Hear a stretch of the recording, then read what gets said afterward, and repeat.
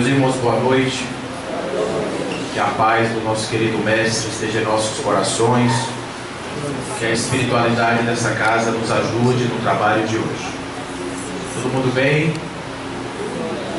Nós vamos falar hoje sobre um assunto extremamente importante, que é o fundamento, eu diria até da nossa própria existência. Porque quando a gente acorda pela manhã e se levanta para fazer alguma coisa, a gente precisa acreditar que o que a gente vai fazer vale a pena. A gente precisa acreditar que o que a gente faz tem alguma consequência, que a gente está construindo alguma coisa. Viktor Frankl, quando percebe isso dentro de um campo de concentração, ele desenvolve toda a sua logoterapia baseada nesse princípio de que a vida precisa de um sentido. E a vida em busca de sentido é a razão de todos nós. Buscar um sentido para a vida, buscar uma razão de viver, buscar um porquê estarmos aqui, um para que tudo isso. E obviamente que a fé é um componente extremamente indispensável nessa viagem da construção do ser e da busca do sentido da vida. Mas de que fé nós estamos falando? A palavra fé, ela, se você for pegar o significado da palavra, ela tem como significado principal confiança. A fé e confiança, elas são primas, são irmãs, diria que são quase a mesma coisa, porque quando você confia, olha que palavra bonita, confiar é fiar junto, fiar com. Então quando você faz um ponto, você tem a certeza de que a linha complementar vem para fechar o trabalho que você está fazendo. Quando você confia em alguém, você fecha os olhos e se entrega, porque você sabe que aquilo que você colocou nas mãos do outro não será perdido, você não será colocado numa situação de abandono. Então a confiança e a fé, elas são primas irmãs, trabalham muito próximas. Mas Allan Kardec tem uma definição muito interessante a respeito da fé, que ele diz assim: a fé é um querer, querer. É um desejar, desejar. É um querer que algo seja da forma como eu gostaria que fosse. É um querer que amanhã pela manhã o sol nasça grandioso. Que a minha vida de repente tenha um novo resplendor. Que eu consiga ter forças para superar os meus obstáculos.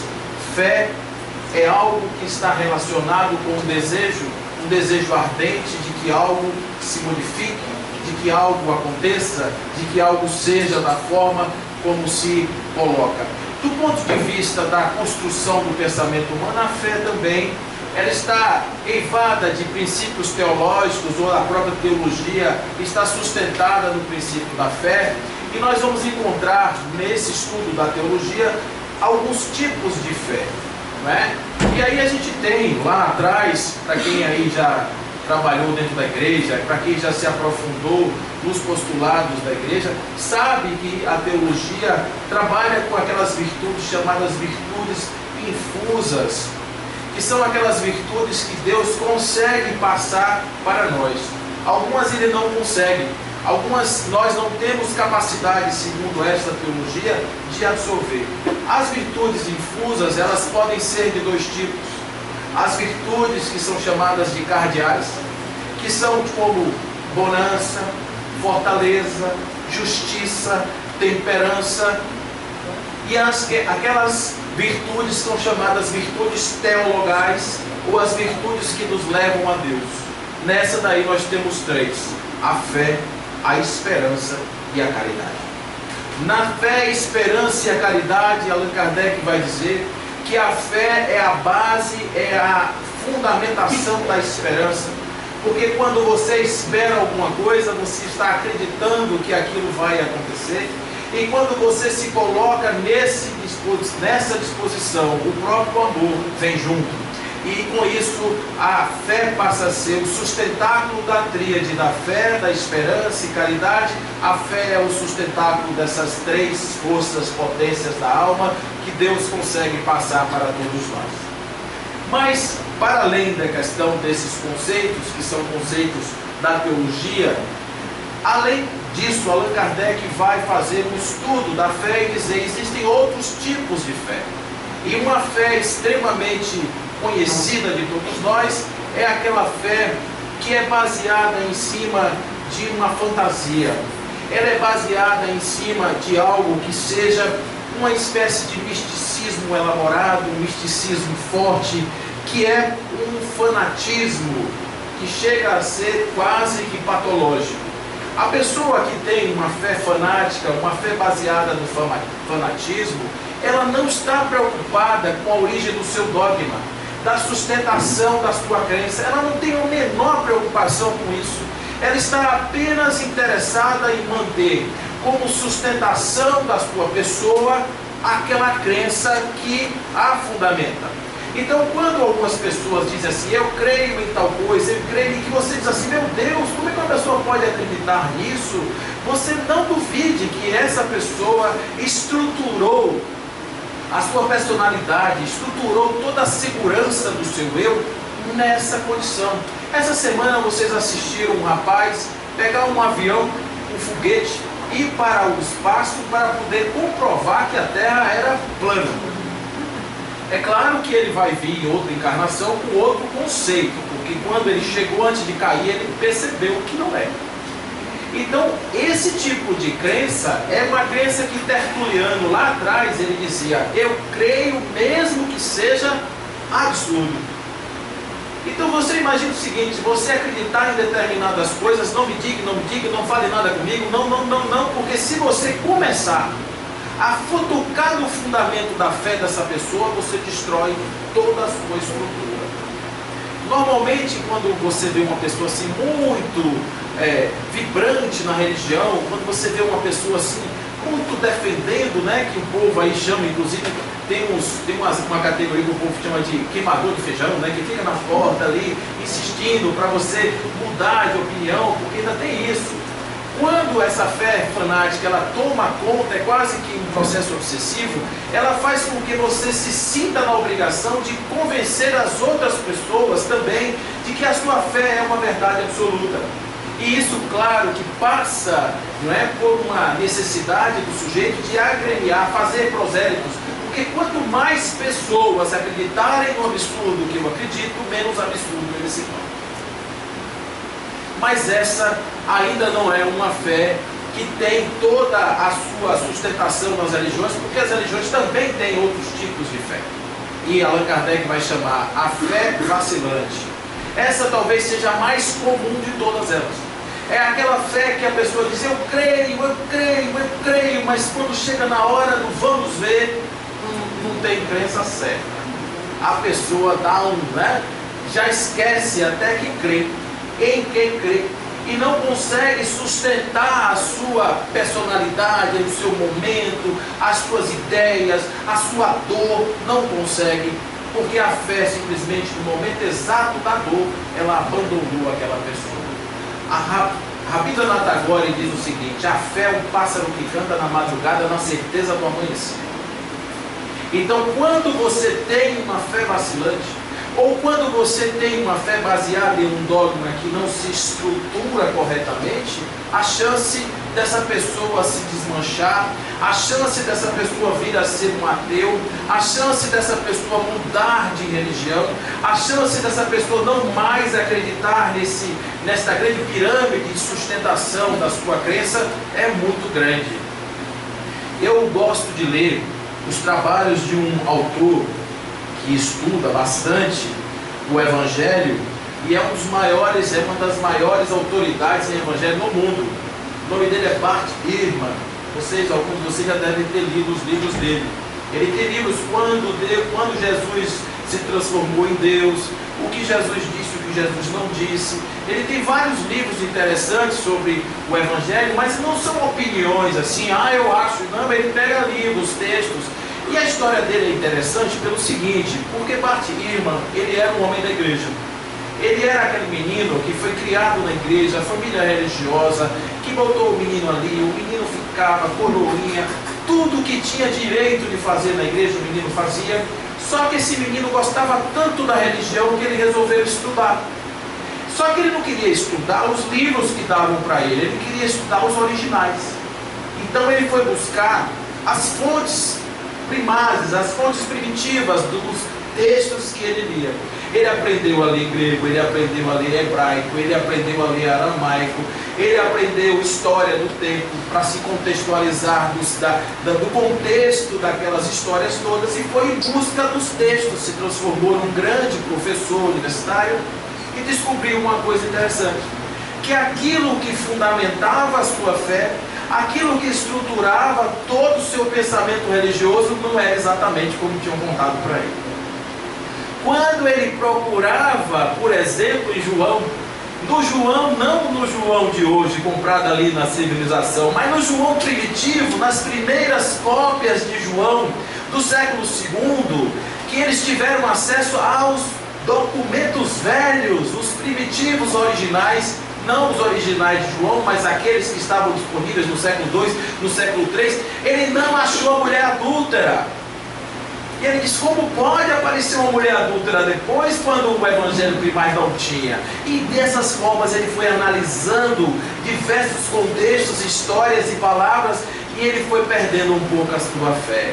A sua fé não era como a de Paulo. Paulo dizia o seguinte: se não houver ressurreição, toda a fé é vã. Então ele só baseava a sua fé em cima do princípio da ressurreição de Jesus. Todo o evangelho de Lucas, observe, ele tem essa conotação da ressurreição, Atos dos Apóstolos, as cartas de Paulo, tudo fala disso. Então, quando a gente está pensando nesses homens que estudam bastante, ele hoje é um homem, é um agnóstico. Ele não é mais um homem da religião. Então ele resolveu abandonar tudo. Por quê? Porque simplesmente a sua fé que era estruturada em um texto, era em um contexto, em uma história, em uma interpretação ipsis verbis do texto que ele lia, ele simplesmente se decepcionou e abandonou. Mas continuou estudando, continuou dando livros maravilhosos. Recomendo fortemente que vocês que queiram estudar profundamente os evangelhos sem medo nenhum, que leiam os livros que ele nos oferece ainda como a sua obra, o seu trabalho. Mas há um negócio que eu queria comentar aqui com vocês, que é um terceiro tipo de fé de Allan Kardec, que ele traz aí e sustenta a doutrina espírita em cima dela, que ele chama de fé robusta ou fé raciocinada. O que é uma fé robusta? Uma fé robusta é uma fé que não admite vacilações. É uma fé que está sustentada em verdade, e não em hipóteses, e não em ilações. É claro que quando a gente fala de Deus, não dá para ter certezas divinas, não dá para se ter certeza a respeito de Deus, porque Deus é uma coisa muito grande. O máximo que a gente pode ter são fragmentos ou fundamentos a respeito da divindade. Mas, quando nós falamos a respeito das dinâmicas da natureza, nós podemos ter certezas.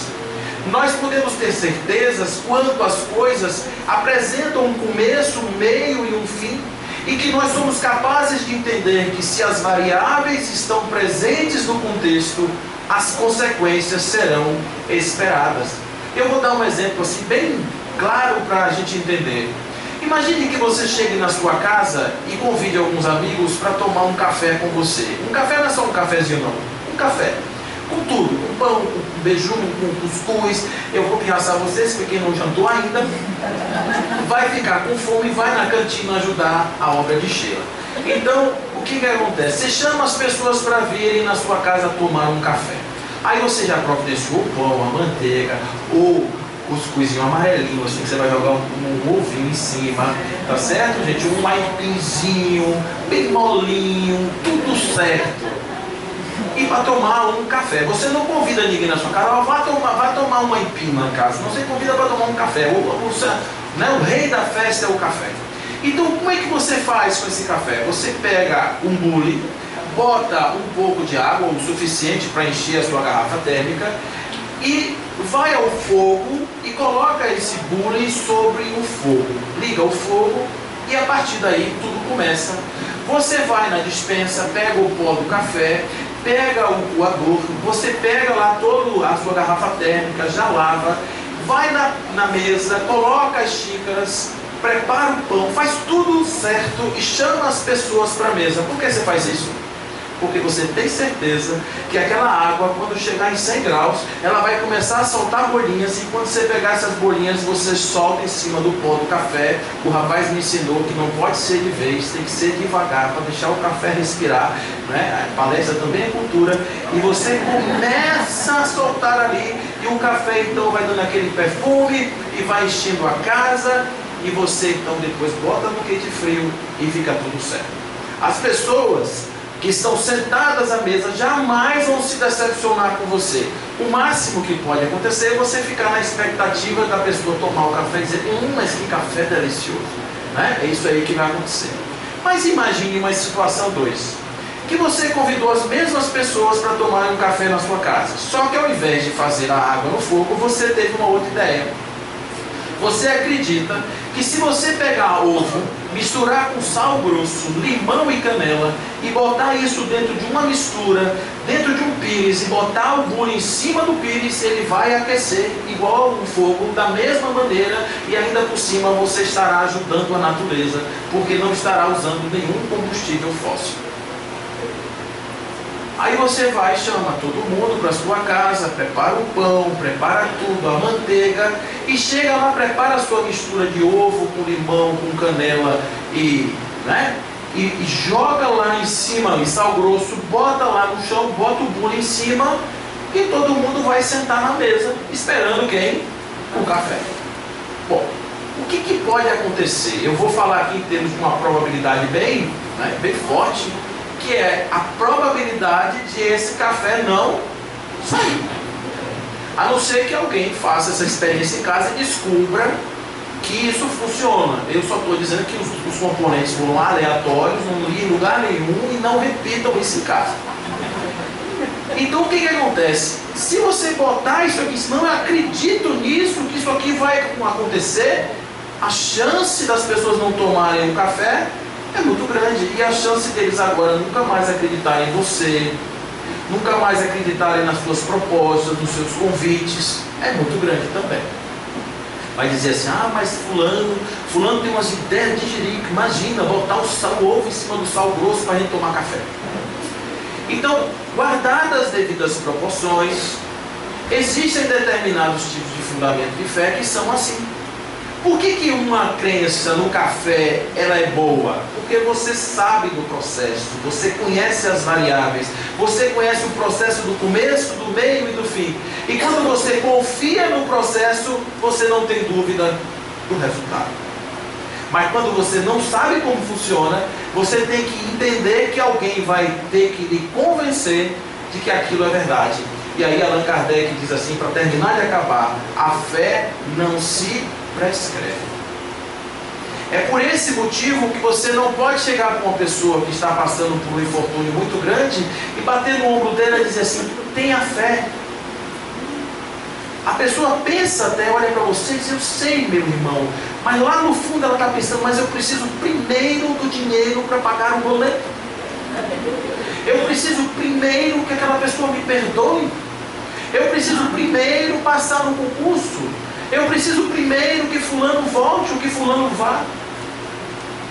Por quê? Porque a fé, tudo bem, mas ela é um negócio bonitinho, legal, bacana, mas eu preciso é que o meu problema seja resolvido. Por que aquela pessoa não está dando ouvidos para você quando você fala da fé? Porque ela não conhece o processo. Ela quer que a água esquente em cima do ovo com sal grosso. E ela não sabe que para que aquele problema seja resolvido é preciso que as variáveis dele estejam no lugar. Para que os pressupostos desse problema estejam equacionados. E que a responsabilidade dele em fazer isso é tamanha. Quando isso de certa maneira acontece, a pessoa então faz a grande mágica, porque ela conhece o processo, conhece o seu envolvimento e faz acontecer. E olha que acontecem coisas engraçadas e fortes e poderosas, verdadeiras graças, quando a pessoa conhece o processo e acredita no processo. Eu assisti pela enésima vez essa semana um trabalho de Greg Braden, que ele apresentou há mais ou menos uns 7 anos atrás, 7, 8 anos atrás, em 2012. Ele fez uma palestra onde ele mostrou um hospital na China que não tem médicos. É um hospital quântico, que usa uma tecnologia que eles chamam de medicine-less, ou seja, não tem medicina. A medicina, entenda, tradicional, de ferros, de remédio, de enfermeiro, de algodão, não tem nada disso. E aí o paciente que está deitado na mesa é uma mulher que tem um câncer de útero.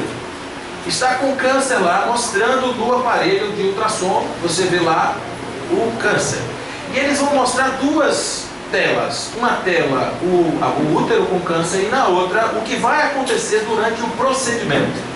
O procedimento é o seguinte: 3 terapeutas mantram aquilo que dentro de uma realidade quântica não é um desejo, mas a certeza do fato acontecido. A consciência que plasma a realidade. E no momento em que essas pessoas ficam, já aconteceu, já aconteceu, já aconteceu no seu idioma, cada vez mais intensamente, você pode observar, no filme mostra isso claramente, você pode observar a redução do tamanho do tumor até a sua eliminação completa em 3 minutos. Então vocês observam que a mente humana, quando focada nas energias do processo que a natureza admite, as coisas atingem patamares inimagináveis. Quando Allan Kardec abre esse capítulo 19 com uma passagem de Mateus do capítulo 17, versículos 14 a 20, essa passagem, Jesus está diante de um homem cujo filho tem uma obsessão lá, um obsessor, uma possessão danada. Ele se joga na água e se joga no fogo. E aí o homem procurou os discípulos. E os discípulos não conseguiram resolver o problema do homem, do rapaz. E ele então foi a Jesus. Jesus foi lá, disse algumas palavras de comando e etc. E o rapaz se libertou. E aí o homem disse: eu procurei os seus discípulos. E os discípulos disseram: por que não funcionou com a gente? Diz: porque vocês não têm fé. Porque se vocês tivessem fé do tamanho de um caroço de mostarda, vocês diriam para esta montanha: passe daqui para acolá, e ela se transportaria de um lugar para o outro. É claro que quando Jesus está falando de uma montanha, não é para ninguém que tem fé ficar movimentando as montanhas na natureza. Mas claro que existem coisas nas nossas vidas que são como montanhas. Porque quando você chega diante dela, você não consegue subir, nem consegue passar e fica parado. E com isso simplesmente não adianta. Tem uma história muito interessante de uma pessoa que fez algo absolutamente incrível. E esse homem, inclusive, um caso real dos anos 50, ele curou através da hipnose, um médico, ele curou através da hipnose uma doença, um paciente que tinha uma doença chamada ictiose congênita. São verrugas. E ele conseguiu, com a indução hipnótica, fazer com que o paciente enxergasse sua pele sem as verrugas. E aí o que aconteceu? O paciente de fato ficou bom. Depois de muitas sessões, o paciente curou-se, a pele ficou normal. E ele vai descobrir depois que ictiose congênita não tem cura. E ele nunca mais conseguiu curar ninguém. Então isso aí nos parece aquela ideia: eu não sabia que era impossível, eu fui lá e fiz. Quando nós não temos dúvida, a gente avança. E a natureza nos oferece as ferramentas para que nós possamos utilizar essas ferramentas a partir do uso do pensamento. E a gente consegue ver isso não só nas curas, mas em todo o processo espiritual da relação entre mente e corpo, aonde você pode ver a ação do pensamento sobre o perispírito, por exemplo, criando e possibilitando a recuperação de situações degradantes, não somente de doenças como essas que a gente está falando aqui, mas as doenças da alma, como depressão, síndrome do pânico e etc., com a ação do pensamento, focado no processo de você entender como é que funciona isso. Basta entender e acreditar que esse processo é real, não é um processo fantasioso. Quando eu vejo pessoas tratarem questões espirituais como coisas fúteis, coisas vazias, coisas assim, da imaginação, coisas que não têm fundamento, eu fico preocupado, gente, vocês estão negando a natureza, porque espírito não é da religião, não é? O povo que trata aí com constelação familiar, vocês já devem ter ouvido falar isso. Nós fazemos constelação sistêmica e espiritual, mas não é religião. Como assim? Não tem nada a ver espírito e religião, não tem nada a ver. A religião pega o espírito e usa o espírito, ou estuda o espírito, entende o espírito, pega as forças do espírito para trabalhar como nós fazemos, mas não cria espíritos, não cria conceitos espirituais, eles são da natureza. O que nós não sabemos, o que nós não temos a menor ideia, é aquilo que move a nossa vida. Nós fomos instados a acreditar que nós somos pessoas pequenas, que nós somos carne que morre e um fica chorando a perda do outro, que a gente precisa de coisas para se sustentar, que a gente precisa ser mais do que o outro, que eu tenho que ter uma roupa legal, que eu tenho que ter um carro bacana, que eu tenho que ter um emprego joia. É isso que a gente tem. E a gente fica pensando e achando isso o tempo inteiro. Então, óbvio que a gente se decepciona quando a gente descobre que no fundo não é nada disso. A gente se decepciona quando a gente descobre que a gente fez e no final o que a gente gostaria era de ter uma vida mais simples, mais tranquila, ter uma vida mais digna, ter um pouco mais de qualidade de vida. Eu conversava com um amigo esses dias, ele falava, eu tenho um amigo que ele é muito rico, ele tem avião, casa em Dubai, casa não sei aonde, casa no mundo todo, barco, não sei o quê, mas ele trabalha 16 horas por dia. Aí a pergunta é, o que é o tempo que o cara tem para ir para Dubai, para Miami, para não sei o que, para usar um dia no ano a casa? Não tem. Às vezes você tem uma casinha aqui na praia e você leva um ano sem ir. E a gente vai vendo que o dia a dia é muito mais importante. A gente vai vendo que as coisas que você amealha durante uma passagem carnal são apenas para divertimentos eventuais, mas que a verdadeira felicidade se dá quando você incorpora em você a alegria plena do Espírito, que te dá a certeza de que a vida é um mecanismo perfeito. Yogananda diz, a vida de uma pessoa é um sonho dentro de um sonho.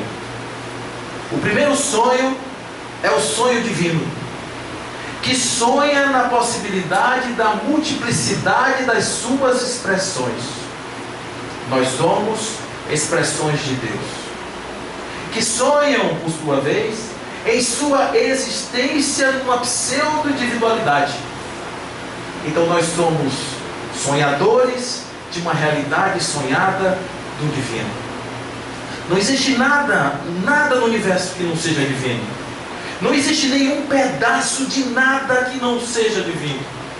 E nós não podemos escapar disso, porque isso é a natureza. Observe e olhe de todos os lados. Temos que ter este centro criador, este foco de luz, este foco gerador da inteligência suprema que causa todas as coisas. Isso é algo que você percebe na perfeição de tudo. Gente, falamos de confiança. Vocês imaginem quantas células nós temos no corpo? 20, 30, 50 trilhões de células no corpo, 10 trilhões, não sei. Essas células estão produzindo milhares de reações químicas, cada uma por segundo, 10.000 reações químicas. Nós temos mais conexões no cérebro do que átomos no universo, cada pessoa. Isso tudo está funcionando agora em perfeita harmonia dentro de um conjunto, porque quando uma célula produz uma substância, a outra sabe que pode confiar no trabalho realizado pela outra. E esse mecanismo perfeito, engendrado, todo esse mecanismo que funciona absolutamente bem na natureza, está em nós. Somos nós. Nós também somos assim. Mas como somos sonhadores, às vezes temos pesadelos. Às vezes é o direito do sonhador sonhar em coisas que são absurdas, ou que coisas que são pequeninas ou impossibilidades na expressão do seu próprio sonho. E com isso a gente encontra dificuldades em viver, porque o nosso sonho é muita dificuldade o tempo inteiro, e a gente não consegue olhar para dentro de nós e enxergar um ponto de luz que nos dê sustentação para que o nosso sonho seja um sonho maravilhoso. E com isso, não tendo a crença, não tendo a fé, não tendo a certeza, nós somos escravos do nada. Nós somos legados ao nada e ficamos no abandono aí, ao léu, de qualquer jeito, de qualquer sorte. E é por isso que Allan Kardec diz: a fé que nos sustenta não pode ser uma fé como as outras, essas coisas que a gente vê por aí no mercado das religiões e da fé convencional. Porque a verdadeira fé não pode ter dúvidas, nem medo de encarar a razão em qualquer tempo da história. E o que nós estamos vendo? Pega a Gênesis, capítulo 16, vocês vão ver Allan Kardec falando de uma coisa chamada não localidade, desvio do espaço-tempo, quando ele diz que para os espíritos que trabalham na possibilidade da presciência, da capacidade de prever o futuro, para eles não tem espaço, para eles não tem tempo, para eles é o eterno presente. Isso está escrito na Gênesis. Isso vai ser consolidado em termos de ciência quase 100 anos depois. Allan Kardec não usa esse nome, mas é assim que está lá. Os espíritos falam da ciência da vida. Os espíritos falam a respeito de algo que você não tenha medo de afirmar, porque não é religião, é ciência. E ciência é algo que pode ser comprovado, pode ser medido, para nos dar a certeza de dizer: eu sou um espírito imortal. Tá bom, mas o que isso quer dizer? Que eu faço parte de um processo energético de evolução através do processo da palegenesia ou da reencarnação, aonde eu vou seguir passo a passo, vida após vida, e vou simplesmente me transformar em algo perfeito. Eu vou sair da sombra para a luz. Eu vou sair da fieira da ignorância para a fieira da iluminação. Eu vou ser um anjo, não no sentido da anzinha sentado numa nuvem tocando harpa, mas no sentido do pensamento puro, do coração puro, para que eu possa sentir, a partir do meu coração puro, a bem-aventurança de estar vendo ao meu lado, na minha frente, em todo canto, Deus. Bem-aventurados os pobres de espírito, porque eles verão a Deus. Se eu tenho essa certeza, não é? Você acredita na reencarnação? Não. Eu não acredito em reencarnação. Eu sei. Assim como eu não acredito no café na água que ferve a 100 graus. Eu sei, porque ela ferve. Eu sei que a reencarnação existe, exemplos inúmeros já estão aí para nossa frente. Nós temos que esperar o que? Morrer e renascer para dizer agora eu acredito. Depois a gente esquece de novo como esqueceu, porque nós já fomos espíritos e a gente já passou por esse processo e não lembra. E vai acontecer de novo e de novo e de novo. Enquanto nós não dermos o salto da fé em nome da razão. Por isso que os Espíritos nos advertem que para que nós possamos construir dentro de nós uma doutrina sólida, fundamentada, nós precisamos, em primeiro lugar, nos amar. Em todas as dimensões. Começando em nós mesmos. Porque amai-vos inclui o amor a si mesmo. Amai-vos é a si mesmo, ao outro. No Evangelho tem amai-vos uns aos outros, não é assim? O Espírito de Verdade fez essa perversidade, tirou uns aos outros, botou só amai-vos, viu gente? Amai-vos. Tenham mais amor por vocês também. Essa é uma boa recomendação. Porque quando você se ama, você se cuida. Você acha que você tem importância. Você acha que você vale a pena. Você acha que você não é um nada absoluto. Você é um sonho de Deus. Deus sonhou e você apareceu. E agora simplesmente você, como Deus que sonha, você pode transformar o seu sonho no verdadeiro paraíso divino apenas tendo a decência de olhar para dentro de si e reconhecer-se como parte de um mecanismo perfeito da natureza, cujas leis estão em todos os lugares. Nós podemos ver a lei do crescimento, do progresso, a lei da destruição, a lei do trabalho, a lei da reprodução. Nós podemos ver a lei da sociedade, a lei do trabalho, a lei do amor, da justiça, da caridade, da igualdade, todas as leis. Aquelas leizinhas que parecem coisas tolas que estão ali, elas mostram a dinâmica da evolução divina, da ação divina, do sonho divino. E é dessa forma que a gente começa a ter uma percepção nossa de que nós não somos pequenos, nós somos espíritos. Tudo bem que nós somos espíritos, ainda que estamos na fase não REM, na fase 1 do sono, ainda balançando a cabeça, aquela coisa de ficar virando, fritando o bolo na cama, né? Bife e tal, de um lado para o outro. A gente ainda está assim nessa fase. Mas quando a gente deixar a mente quieta, o coração quieto, e permitir-se entregar-se à energia de Deus, certamente que as coisas serão diferentes. Tem dias que a gente acorda malzinho, tem dia que a gente acorda moidinho, com vontade de não sair debaixo daquela coberta, de não ter coragem de enfrentar o mundo. Aí dá aquela respirada, porque você não tem opção.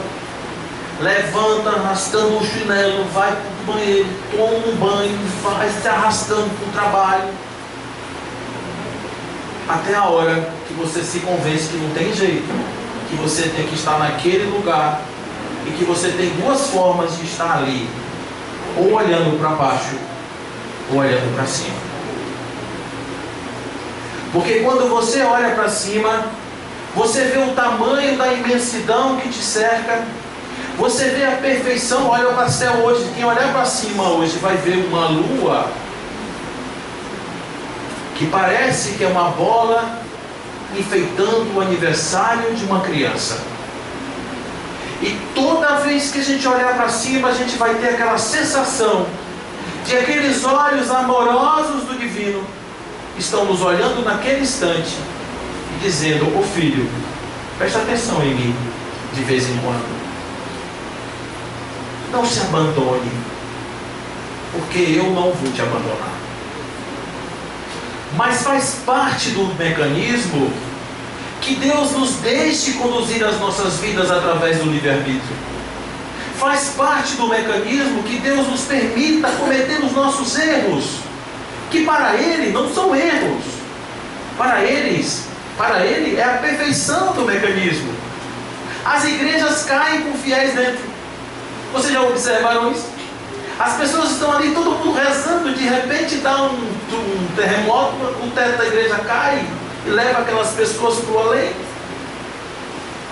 E você diz assim: mas será que isso aqui é uma coisa justa? Não, nos nossos olhos humanos, carnais, nas nossas perspectivas materiais, não, claro que não. Mas no mecanismo porque as pessoas que chegam precisam partir. A forma de partir, o desejo de partir, é construído pelo livre-arbítrio de cada um, porque cada um daqueles ali de alguma forma se colocou nesse destino, e isso faz parte do mecanismo. Por isso não tem nenhum problema moral do ponto de vista da análise disso, e entender que isso faz parte do mecanismo de Deus, e até sermos capazes de agradecer por compreendermos dessa forma, para que nós não nos revoltemos. Um dia chegou um rapaz no atendimento nosso lá e disse assim para mim: eu entrei aqui por uma recomendação de uma passageira que entrou no meu carro, ela é frequentadora desta casa, e ela viu o meu estado de penúria e pediu que eu viesse conversar com você. Eu disse: me diga seu problema. A minha mãe tinha visões, e as visões da minha mãe se concretizavam quase todas. E um dia ela disse para mim: você será muito rico. Você será uma pessoa muito rica. E ele então acreditou. Claro, a mãe faz previsões corretas. A única coisa que ele não fez foi perguntar para a mãe: como? Ele simplesmente entendeu que ser muito rico é uma determinação do divino para ele, porque ele é uma pessoa especial. Quando a mãe adoeceu, ele teve que colocar ela num lugar que não é muito legal. A mãe não ficou muito satisfeita e disse: dias tenebrosos virão na sua vida. Só que ele já tinha 50. Não dá para começar com 50 com a mesma velocidade, com 20. E ele caiu, desmanchou, inteiro, sem saber o que fazer. A primeira coisa que ele sentiu, raiva de Deus, porque Deus mentiu para ele. Tinha dito uma coisa e não cumpriu.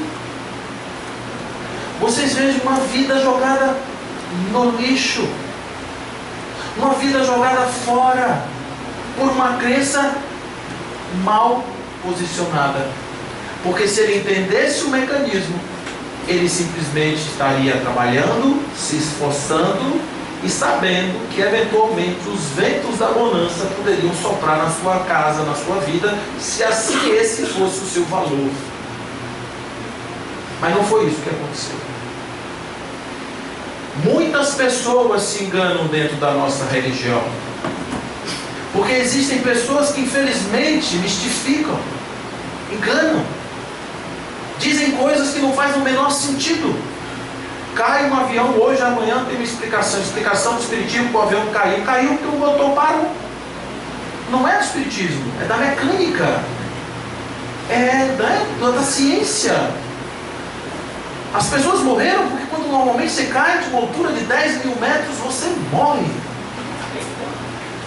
Porque ali tem 200 pessoas, cada uma tem uma morte diferente. E você não vai poder explicar a morte de todo mundo, porque você teria que conhecer a história espiritual de cada um daqueles que estão ali. Para simplificar, eles eram soldados romanos que estavam matando os cristãos e de repente se reuniram no avião para morrer todos queimados juntos. Qual é a base de sustentação disso do ponto de vista do mecanismo? Zero, nenhuma. Então, nós temos que tomar cuidado com o que a gente lê. A gente tem que tomar cuidado com o que a gente diz. Porque a doutrina é muito simples, clara e bem fundamentada, para não dar nenhuma margem de você poder construir todo o seu arcabouço espiritual e de repente você descobrir que aquilo era uma farsa, uma mentira, que estava baseado em um fundamento que não se encontra na base da razão, que não faz sentido nenhum. E de repente, quando você menos espera, você está abandonado. Eu chego aqui no interior do estado, encontrei um confrade nosso, 35 anos de mediunidade, 3 vezes por semana dentro de um centro espírita. E aí nós fomos conversar com ele numa pizzaria dele. E aí ele foi contar a história dele. Ele hoje é batista. E aí eu fiz a pergunta: como é que você se transformou em batista? Ele disse: é o seguinte, nós, quando a minha mãe morreu, nós brigamos muito entre os irmãos por causa da herança. E por causa disso, ficamos todos um disputando o outro. Os negócios que eram comuns da família foram para falência. E dentre esses negócios eu tinha um pequeno restaurante, morava embaixo, e em cima era esse restaurante. Faliu, não tive dinheiro para pagar sequer a luz. Entrei em depressão profunda. Fiquei dentro de casa, numa depressão absurda. E infelizmente ninguém me ligou. Ninguém foi me buscar. Eu fiquei lá, provavelmente tomando falta nas reuniões que eu participava. Um belo dia chegou um amigo que é batista e disse assim: você vai fazer o que hoje de tarde? Ele disse assim: nada. Uma pessoa não tem nada a fazer. Nada. Ele disse: então se prepare, porque nós vamos à sua casa fazer um culto. E ele disse: tudo bem. A família dele era o amigo, uma filha, uma esposa, talvez mais um outro amigo. Dá, porque a casa era muito pequena. Quando chega por volta de umas 6 horas da tarde, ele vê carro parando, carro. Ele diz: meu Deus, o que é isso? E o povo tudo indo para o portão da casa dele. Ele se desesperou, disse: não cabe. O amigo tomou a frente, disse: vamos fazer o culto. Ele disse: não cabe esse povo todo na minha casa. Ele disse: não vamos fazer aqui, nós vamos fazer no restaurante. Mas o restaurante está com a luz queimada, cortada. Eu trouxe velas e nós vamos fazer lá. E foram fazer o evangelho lá em cima, o culto, lá no restaurante. No dia seguinte, ligaram mais uma vez para ele. Disse: o que você está fazendo agora no final da tarde? Ele disse: nada. Disse: então vamos passar aí para lhe buscar. E passaram lá para buscar ele. E aí levaram ele para um lugar, provavelmente um templo, uma igreja, não sei o nome. E tinham pessoas, um corredor polonês, assim, pessoas de um lado e pessoas do outro, e ele passava no meio e todos tocavam nele. Alguns o abraçavam. Alguns diziam palavras boas para ele. E ele andando ali, a emoção tomou conta do coração dele de uma forma que foi como se ele disse: ia vomitando tudo aquilo que me oprimia. Quando eu saí do final do corredor, eu era um batista. Aí eu perguntei, entendi, compreendi e acho louvável. Mas me explica uma coisa: como é que você faz quando eles falam da Arca de Noé? Quando eles falam lá daquelas coisas que não fazem o menor sentido? Paulo, eu não ouço. Dos batistas, eu quero os abraços. E essas coisas são fundamentos. Porque o homem que acredita no Espírito, ele simplesmente sabe que aquela dificuldade faz parte do seu crescimento. Não se vitimiza, não se apequena. Ele aprende, compreende, apreende, se levanta e faz diferente. Ele não precisa de consolos, embora abraços sejam necessários. Ele não precisa de elogios, embora muitas vezes ter alguém sorrindo, nos apoiando, é fundamento. Por isso, nós não somos aqueles que abandonam seus irmãos no caminho, porque isso também é falta de conhecimento do mecanismo. Porque no dia que nós entendermos que enquanto houver um homem caído, eu também estou no chão com ele, mesmo que eu esteja aparentemente de pé, eu ainda não compreendi direito como funciona esse processo. Por isso eu vou ao encontro do que está no chão. Porque ele está no chão, mas poderia ser eu, ou poderei ser eu. Ou quando ele está no chão, se somos um sonho divino e eu sou apenas uma abstração e ele outra, somos a mesma coisa.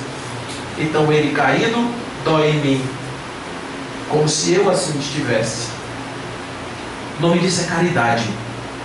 E sem isso não tem salvação. Sem isso não tem ninguém que venha, entre pela sua janela e lhe salve, porque esse é um modelo antigo, histórico, pré-histórico, primitivo. O de hoje é o voo da alma, a autonomia do sujeito, para a gente parar de mimimi e levantar o peito, a cabeça, olhar para cima e dizer: vida venha, porque eu quero te apresentar o verdadeiro sonho de Deus.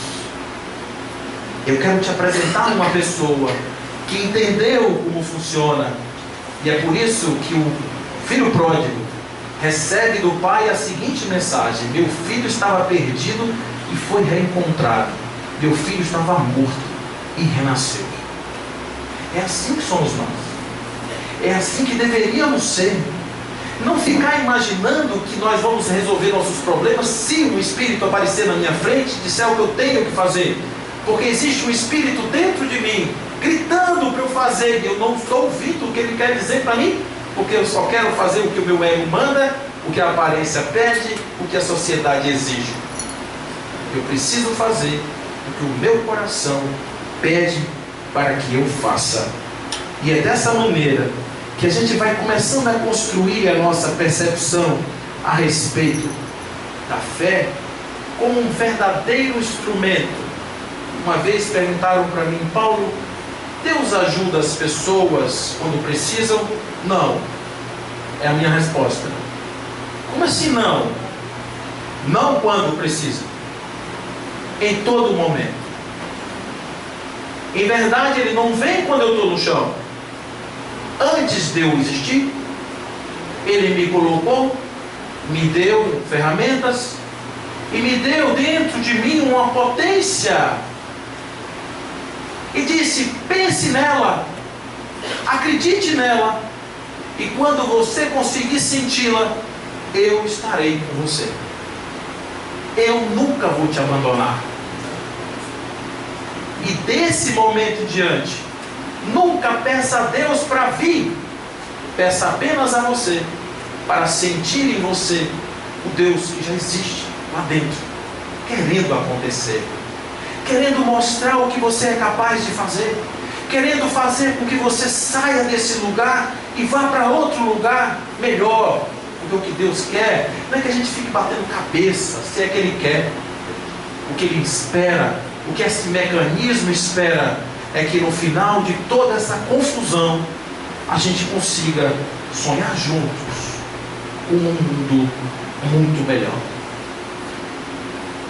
Nesse mesmo capítulo 19, no finalzinho dele, o Espírito protetor, não podia ser outro, escreve um resumo de tudo que eu falei. Que eu poderia ler esse pequeno resumo e me sentar, mas eu vou falar. E aí eu fiz essa volta toda para chegar aqui. A fé é humana e é divina.